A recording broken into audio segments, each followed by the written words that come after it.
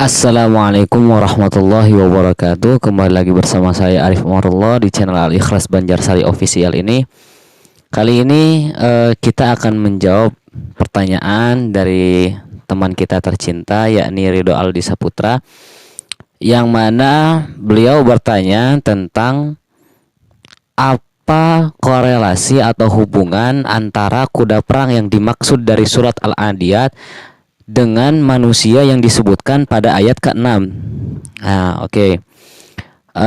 Karena ini masuk ke ranah tafsir, maka sudah pasti ya kita harus merujuk ke tafsir-tafsir yang sudah mu'tabarah, yang sudah menjadi tafsir-tafsir pegangan bagi para ulama dan juga santri-santri.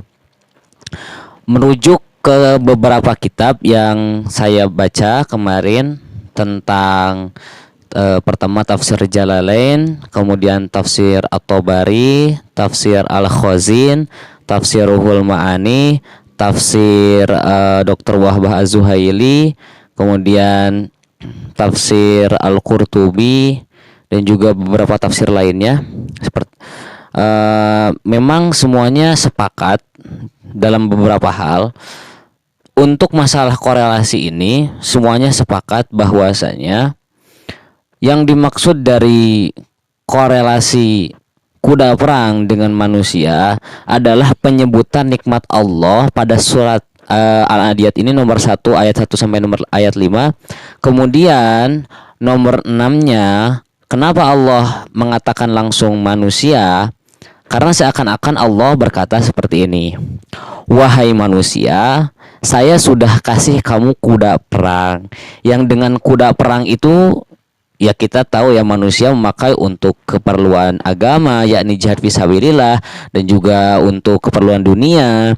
Nah kemudian di ayat kedua, yang mana dengan kuda perang itu memunculkan percikan api apabila kaki kudanya itu karena berlari kencang ya, karena berlari kencang, kemudian kakinya terkena batu, ketika itu kan terpercik api.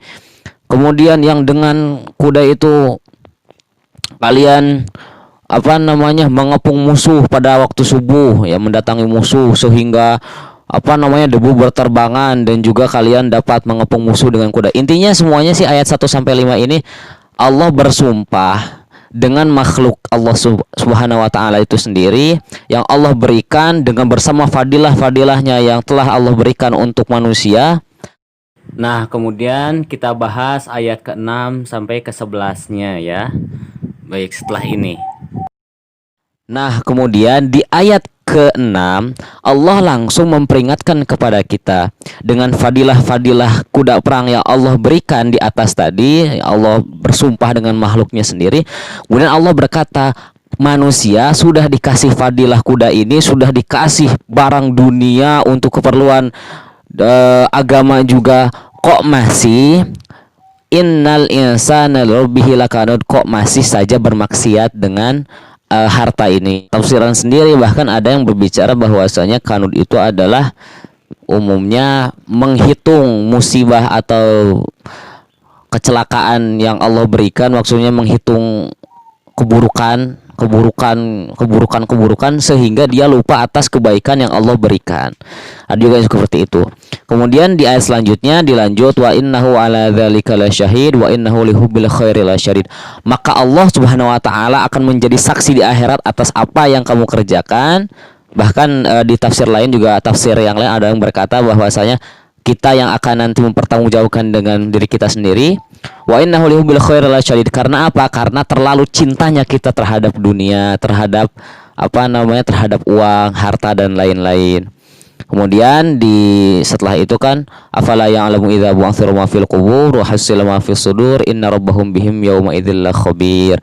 Nah, Allah juga mengingatkan, ingat manusia, nanti di hari ketika Allah menghidupkan kalian, kemudian dihidupkan di padang mahsyar, Allah yang membangkitkan dari kubur, kemudian Allah akan membelah atau membuka apa yang ada di dada. Maksudnya di sini Allah akan memperlihatkan sesuatu yang mana manusia tidak tahu. Allah akan membeberkan apa yang ada dalam dada kita, karena kita tahu innallaha la yakhfa alaihi syai'un, karena Allah itu tidak akan ada sesuatu di dunia maupun di langit ini yang akan tertutup atau tidak terlihat oleh Allah, karena semuanya Allah melihat. Bahkan apa yang ada dalam hati kita Allah pun tahu. Maka dari itu ini ilmu tambahan ya, tambahan materi untuk pengetahuan saja. Nah, untuk beberapa tafsiran memang ada tambahan yang lain ya. Yang dimaksud dari wal adiyat itu bukan kuda perang, akan tetapi unta yang digiring dari Arafah ke Musdalifah dan dari Musdalifah ke Mina untuk disembelih. Kemudian fal muriyati qodha, itu yang ada juga yang mengartikan itu bukan percikan api dari kuda perang, akan tetapi api unggun yang dibuat oleh pasukan perang. Ada, dan juga tafsir-tafsir yang lain ya. Kemudian ada juga di ayat ketiga itu kan fal mughirati subha, ada juga yang berkata yang bagi yang mengartikan al-adiyat itu adalah para unta yang digiring ke Mina itu, maka yang diartikan fal mughirati subha adalah keberangkatan para unta ke Mina untuk pada penyembelihan, pada hari penyembelihan lah, pada penyembelihan. Kemudian fa'atharna bihi naqa'a fawasatna bihi jam'a. Fawasatna bihi jam'a ini memang kalau misalkan yang mengartikan unta, maka fa'atharna bihi naqa'a fawasatna bihi jam'a adalah karena keberangkatannya ke sana, kan kita tahu di padang pasir ya. Kemudian fawasatna bihi jam'a itu berkumpulnya ya di Mina, itu di tempat tujuan perkumpulannya ya di Mina. Itu bagi yang membawa atau menafsirkan bahwasanya al-adiyat itu bukan kuda perang tapi al-ibil. Jadi intinya sama saja ya, mau artikan ibil atau al-khoil, karena ini juga pendapat para sahabat. Nanti bisa dilihat di kitab tafsir banyak, insya Allah semuanya mengatakan ada dua ya kebanyakan. Jadi bisa diteliti saja di tafsir-tafsir yang sudah umum, yang mu'tamad lah. Insya Allah bakal ya menemukan lah, insya Allah. Intinya seperti itu saja. Wassalamualaikum warahmatullahi wabarakatuh. Semoga